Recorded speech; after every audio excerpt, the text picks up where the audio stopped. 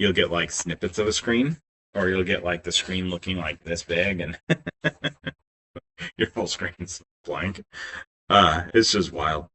Okay, so let's go ahead and talk about isomerism. That's where we left off last time. And that was the cis-trans stereoisomers. These are going to show up when we're talking about cycloalkanes and alkenes. So double bonds and rings. Okay? That's where you're going to see these. So, remember that these have to be stuck in that orientation. They can't be conformers. Conformers can rotate back and forth. And so a conformer is not stuck in that orientation. Okay? Stereoisomers are going to be stuck in that orientation. You can think of it as like when you are listening to a stereo, it has 2 or more speakers, right? And that's because you have stereo sound, 3-dimensional sound. Okay? Okay, so this is 2 examples of this. This one right here is trans. You can see how that's on the opposite sides of the ring. And this one here is cis. It's on the same side of the ring. Everybody see that okay? This is how it's represented in wedge dash formation. Okay.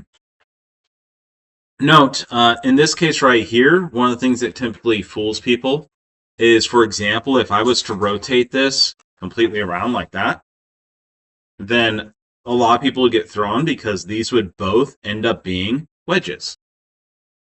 Because they'd both be on the pointing towards you, right? Rather than pointing away, which they are right now. Okay?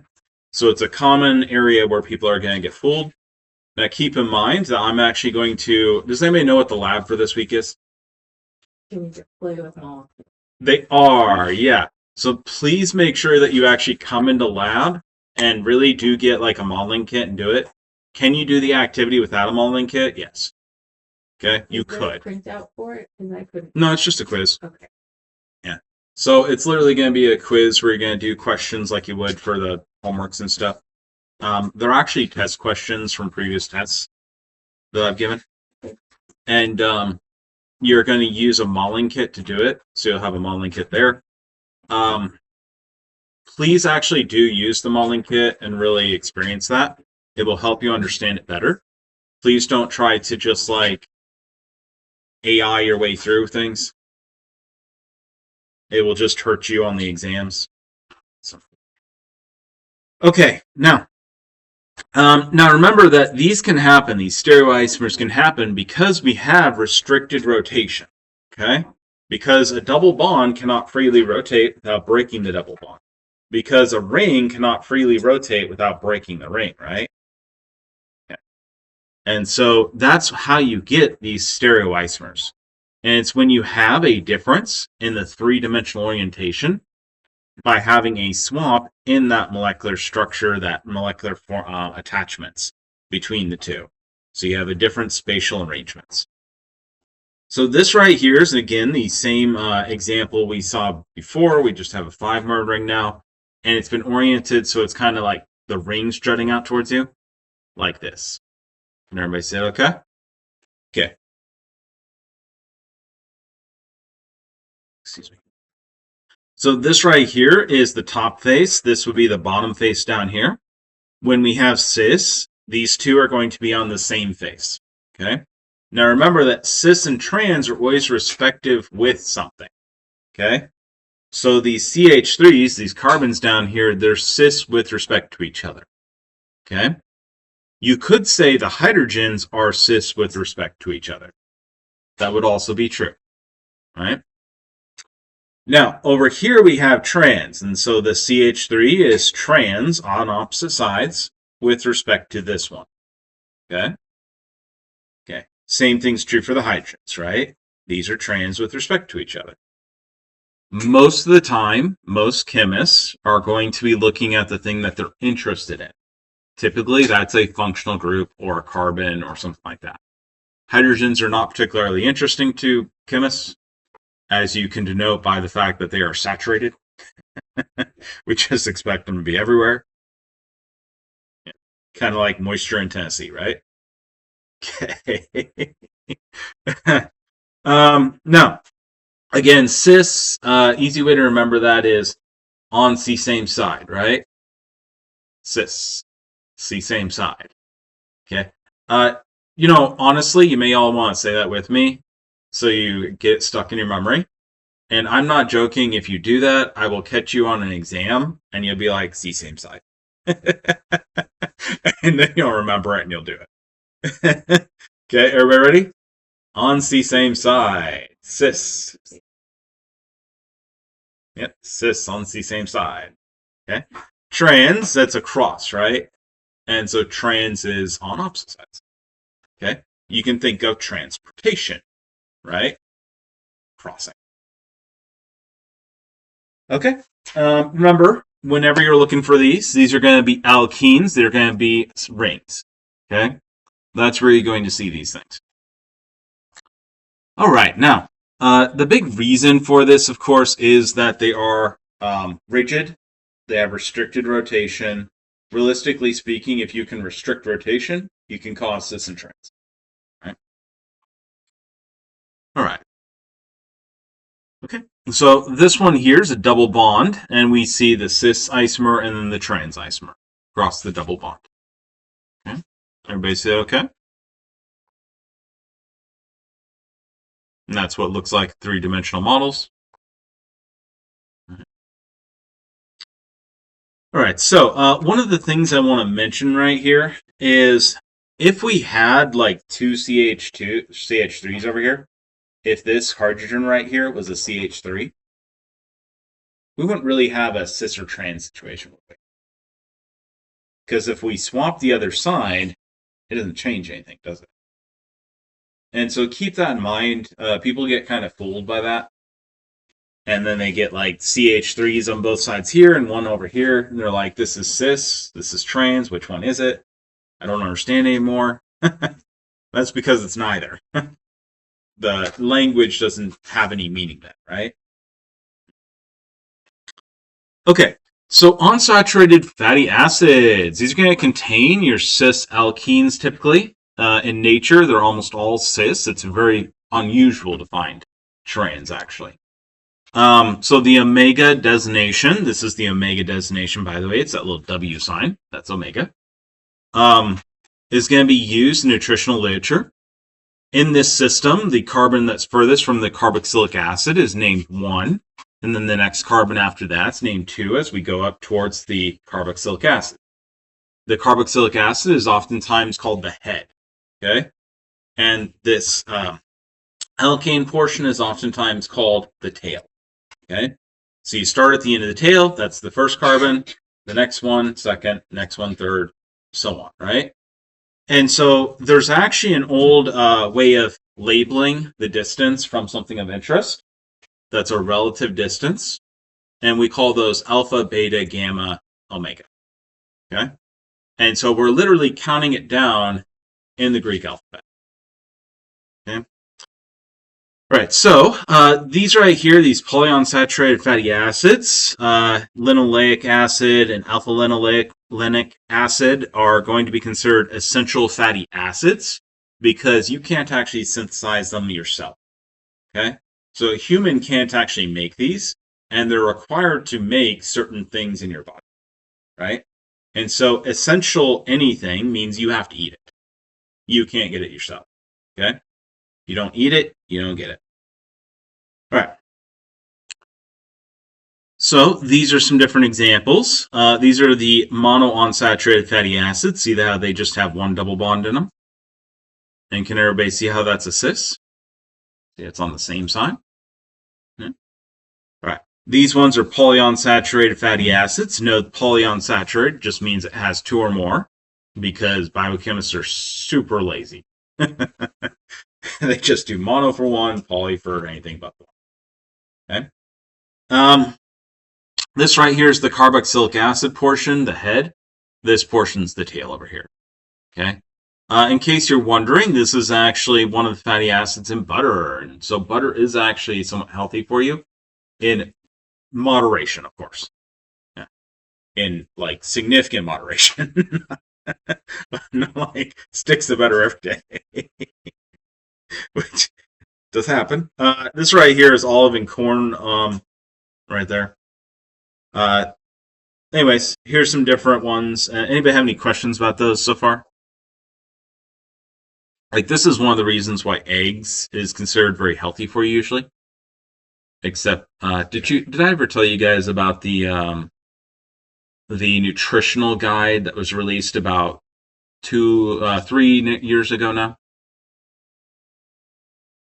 Okay, so this is really funny. Okay, so under the Biden administration, each president usually has their like tackling health in the United States of America. Okay, and so we've done the food pyramid, of course, which was an absolute lie, and was actually more about subsidizing corn.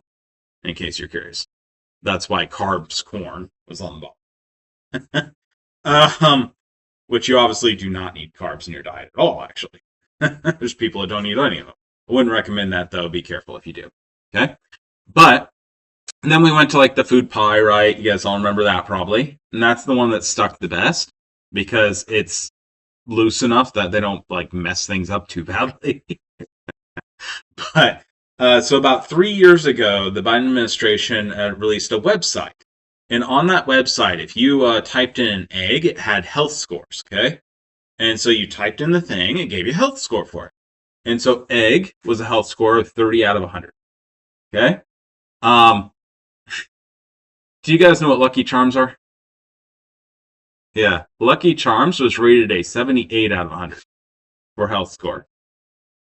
So Lucky Charms is one of the healthiest things you could get, apparently. According to the government.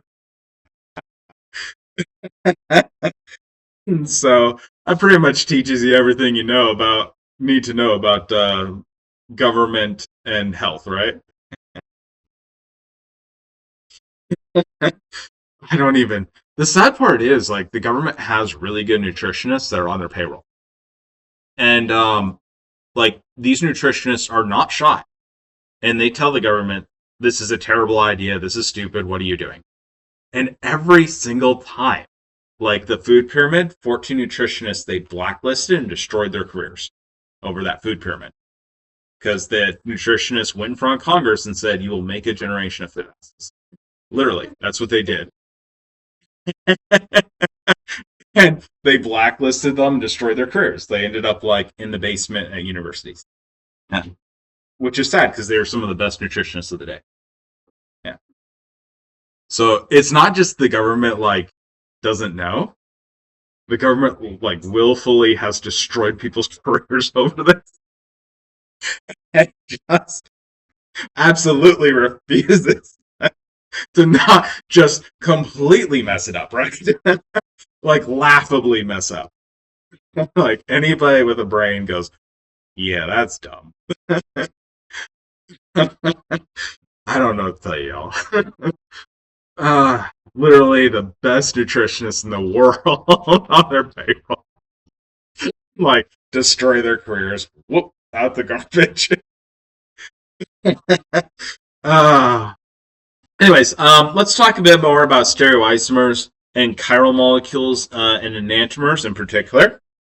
And so this right here is an example of chirality, okay?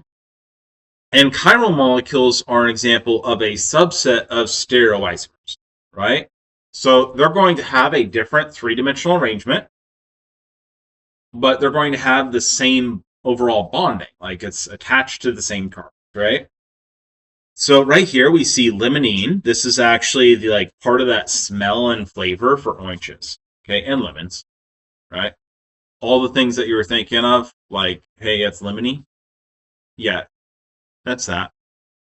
And you see here where it has a dash, right? It's going away from you. So this one right here is actually the limonene from turpentine. Does not smell like lemons, does it? If only. No, it's like really pungent, kind of nasty smelling, right? Now, some people do go, this smells a little fruity. And this is why, actually. Is because it actually does have limonene in it. It's just the opposite orientation. So instead of going away from you on this carbon bond here, it actually comes towards you here. And so it's actually the exact mirror image. Now, interestingly enough, almost all the molecules in our body are actually this way. They have what's called chirality. Okay? And chirality literally means handedness. It's why we have this like mirror images, but they're non-superimposable. It's because we're almost all made up of chiral molecules. Okay, that's almost all our molecules. Very rare to find something that's not chiral in a living being. Okay, and in fact, the funny, interesting thing is that has anybody ever heard of a mirror organism? Okay, this is like new science that is like super heavily being debated. Okay, and it's actually kind of terrifying. Like science wiping out the planet, sort of terrifying thing. Okay, like all life on the planet. And what's happening is we figured out how to synthesize these opposite orientation molecules for basically all the biological molecules. And as you can see here, they interact with the human body differently. So if you have one orientation, it interacts differently than the other. Okay. Now, this example is not like huge. Yeah, smells nice, smells not nice. Okay. But some of these are just massive. Like there's ones that are a seasoning in one form and are poison in the other. Okay? And so one form, yay, we eat it, it's good. The other form, dead. All right? And some of the times the other form does nothing. Like meth, for example. Very funny story from Iowa State University. There's a student there. He stole equipment from the lab and tried to make meth. But he messed up and made the wrong orientation of meth. And at the time, this is back in the 80s, they did not have a law that that orientation was legal because it has no biological effect whatsoever. It's just a compound. It doesn't really do anything. Okay? And so you get the wrong orientation of meth. No jail time in that guy's case. Didn't go to jail. I did get kicked out of the university for stealing stuff and trying to do meth, right? But correct orientation of meth, go to jail. It's meth, right? So, like, this is actually a huge deal. And the proposal right now is they figured this out well enough that they could make all the ingredients of an organism and make mirror organisms. That all of their orientations would be the opposite to the normal organism. And so in terms of the organism, it would basically live out just fine that way, except that everything that's like a food for us would not be a food for it. The problem is we have no idea what it would do. Like, if we touched, it could trigger like allergens in both of us. One of us is allergic, the other is not. It could do like completely wild, crazy stuff where like one of us dies from touching the other and the other person's like, what happened? No idea. It'd be very, very, very kind of, it's not random, but it is something we just have no idea the knock-on effects of. And so people are like terrified if they made a bacterium that's mirror organismed, our immune systems could completely not pick it up. And normally bacteria and any infectious agent, like 5% of the population is normally immune to it, no matter what. This could be something that nobody's immune to and could spread everywhere. Because there is literally no antigens that would be the correct orientation. They don't exist. Anyways, so chirality, I want you to think of your hands. It's like handedness, okay? So you have something here. When you look at your hands, they have 5 objects that come off them, right? So to be chiral, something has to have 4 different objects that come off it, okay? All right, so when you have these 2 things, they're going to be mirror images of each other, but they'll be non-superimposable, okay? So if you brought these 2 things on top of each other, what you'd see, one comes in, one comes out. Kind of like if I put my hands like this, right? One is facing one direction, one is facing the other. And there's no way to get that superimposable, is there? Yeah. Despite the fact that they're mirror images. And so that's chirality. Whenever you're talking about chirality, what you're actually talking about is a chiral center. Okay? It's an atom where there's 4 or more different things around it. And so this right here is a chiral center, that carbon that my dot's over.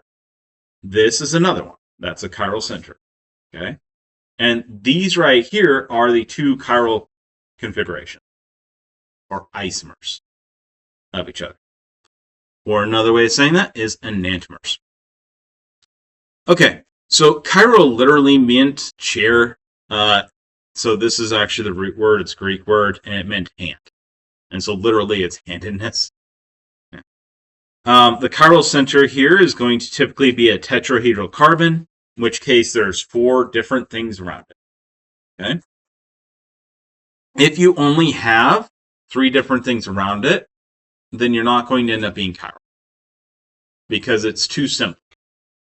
Or another way of thinking about this, if we had 2 hydrogens, well, those hydrogens are interchangeable. And so you can't be chiral. Right, so if you are not chiral, you are called achiral. Achiral meaning not chiral. Okay? A good example of an achiral object would be like my charging cord here, or your chairs. Like if you did a mirror image, they would be superimposable, no different. Okay, so whenever you're identifying chiral carbons in a molecule, you're going to locate the tetrahedral carbons. You're going to inspect the tetrahedral carbons. You want to look for, are they tetrahedral, and do they have 4 different things around them? Remember, in most structures you look at, they're line edge structures, and so the hydrogens may not be visible. Okay, so 1 hydrogen can count as one of those 4 different things. Okay, what happens if you have 2 hydrogens on something? Or 3 hydrogens? Can you have 4 different groups if you have 2 hydrogens on a carbon? No. That picks up 2 of the 4 bonds, doesn't it?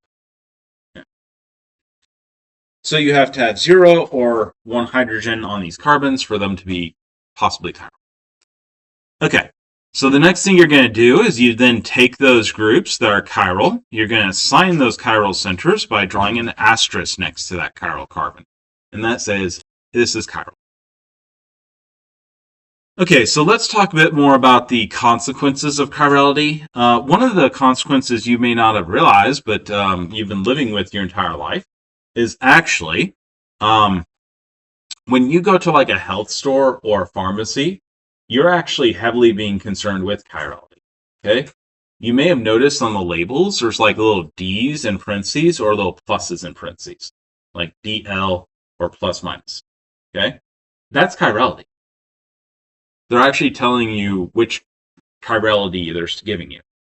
Okay, and so if you go to like a health store, you'll see like the proteins are labeled and they have like L-alanine, D-alanine, or they say racemic. That's because racemic means that they have both chiralities.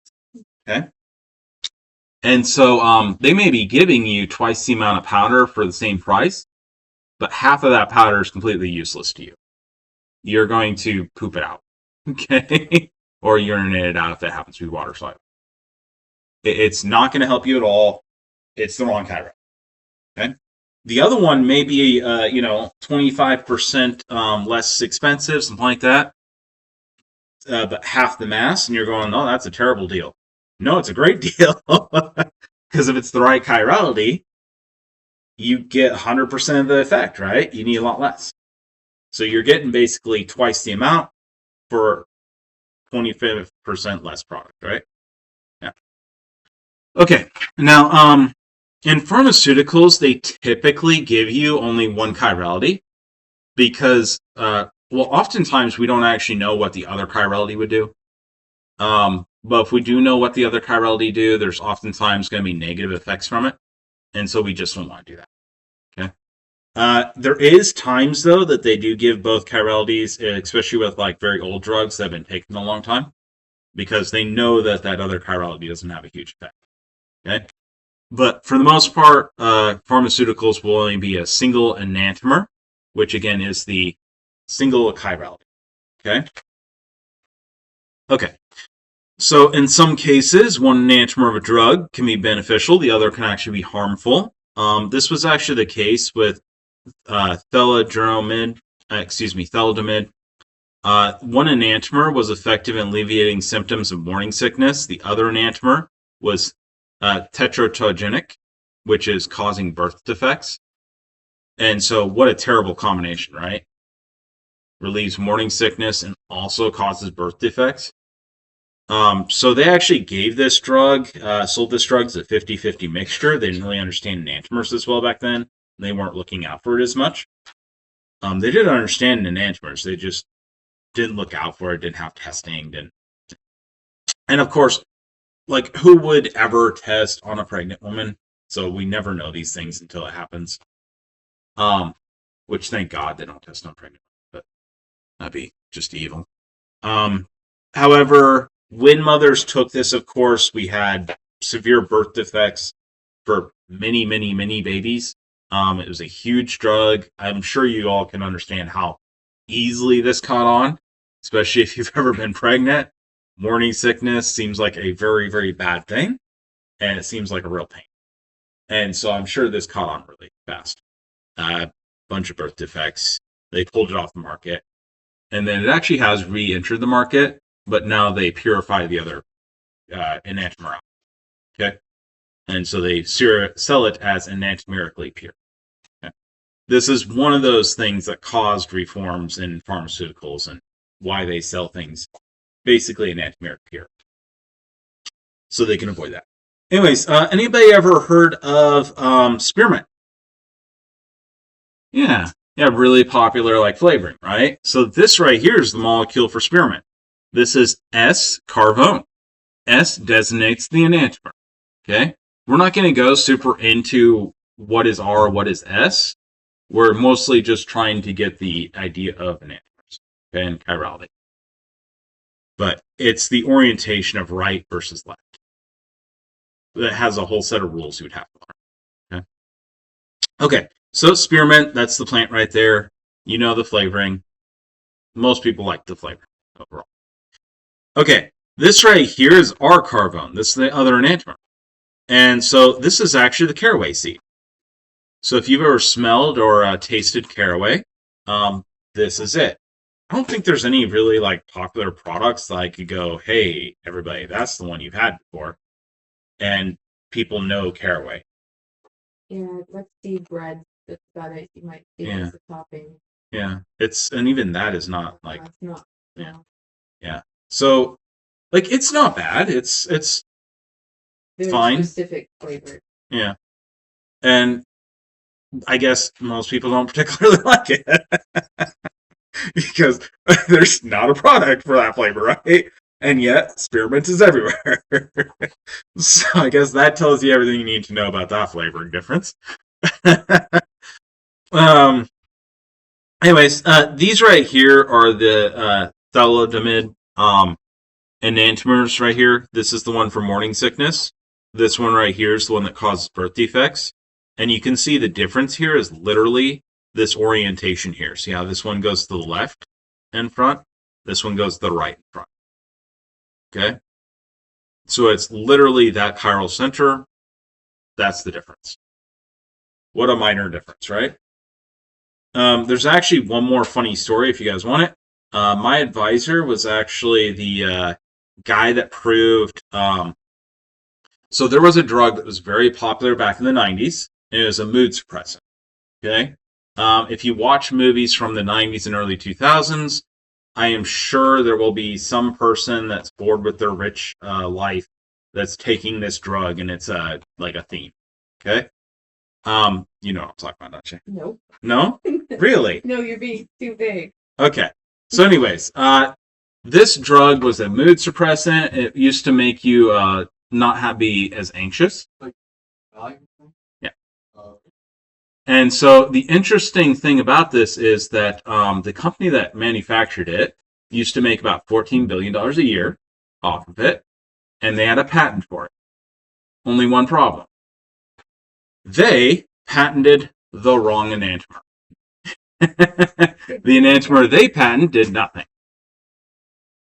Somebody came along and tried to synthesize it and was like, hey, we can synthesize the other enantiomer and it works. They don't have a patent for that. And started selling generic. And they got sued. And so my advisor was actually the scientific counsel on that and showed that they patented the wrong enantiomer. Which, you imagine being the one that did that? $14 billion a year. Bye. And they had a long time left on that patent, like 2 decades left on that patent. It was not going out anytime soon. Anyways, it's actually very funny, and you'll notice that, like, at the time, the brand name used to show up everywhere, very, very, like, socially, culturally relevant. Typically in movies where you saw, like, a bored housewife. Basically, it was like the martinis of the day. Yeah. So, but, and then that just totally disappeared. And you stopped hearing about that brand name at all. And that's why. They lost the patent. So the, So what cheap was the generics. brand then? What became like the? I don't remember, actually. Because I'm sure people. I mean, I've never needed it. Yeah, they're still taking it. Yeah. Yeah. I'd have to look. Mm-hmm. Yeah. Yeah, I've never looked it up.